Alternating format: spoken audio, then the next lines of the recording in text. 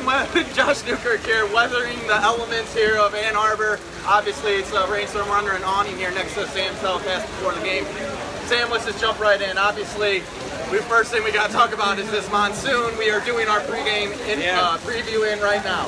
Yeah, no doubt, and it is going to be a huge factor in this game for sure. Big Ten weather, right? This is why you work on your running game. Early in the season, like Michigan did, lightning strike. I think that's going to delay the start a bit. You're catching us live here.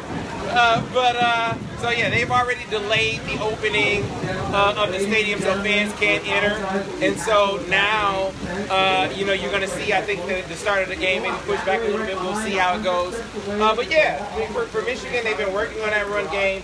The downside of it is that's the strength of a very improved Maryland defense. They're top 20 defense, nationally top 15 in rush defense. So they'll be running into the teeth of Maryland's defensive strength. But I think that they're prepared, especially when you add into it Shea Patterson as a running threat. That really emerged last week in a very pronounced way.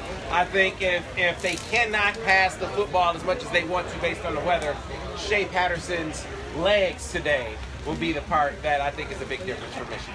This Maryland offense, a lot of big plays. I overheard your telecast. I'm going to steal some stats. 18 touchdowns, 13 of them are over 20 yards or more. They really like to run the ball. Michigan's an aggressive defense. They like to shut down the run. Strength against strength today. I mean, what's sort of your thought process there? So, the Maryland offense, first of all, they have a healthy quarterback, which is for them, they're like, hey, they lost like 25 quarterbacks last year. So that Kasim Hill is upright is a big deal.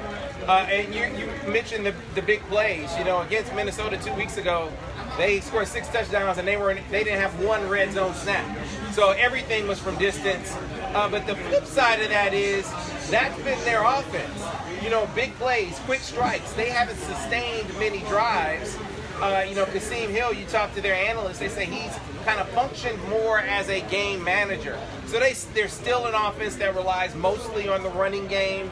And they can hit you occasionally with a big pass play. I think that frankly plays into Michigan's hands. They don't give up much deep, and they're really stout against the run. He's going to have to be more than a game manager today for them to really have a chance. That and the weather has to keep up. But you got to feel good about the way Michigan's front seven really took another step last week. I thought the interior linemen had their best game, and then the linebacker level in coverage I thought had its best game last week as well. All right, Sam, we seem to have one of these monsoons once a year. It's like become an annual tradition, I feel. But hey, the game must go on. Michigan wins this game, and why? So I think Michigan wins this game because you see the team really bounce back from inconsistency with a very strong effort. At least that's been the pattern this year. You want them to string together really good games consecutively. That hasn't happened. But coming off that Northwestern game where they were uneven to start the contest. They didn't get out of the gates fast, but when they turned it on, they really turned it on defensively, shut them out the rest of the way. But offensively, it's going to be about execution, Josh.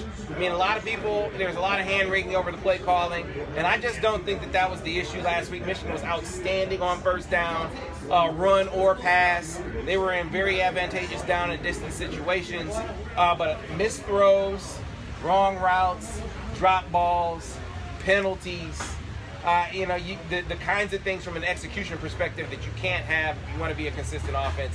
I think they'll clean that up some this week. I just think they're too much for Maryland at home. Too many weapons against a Maryland defense at home that, frankly, is going to have to do more in terms of havoc wreaking.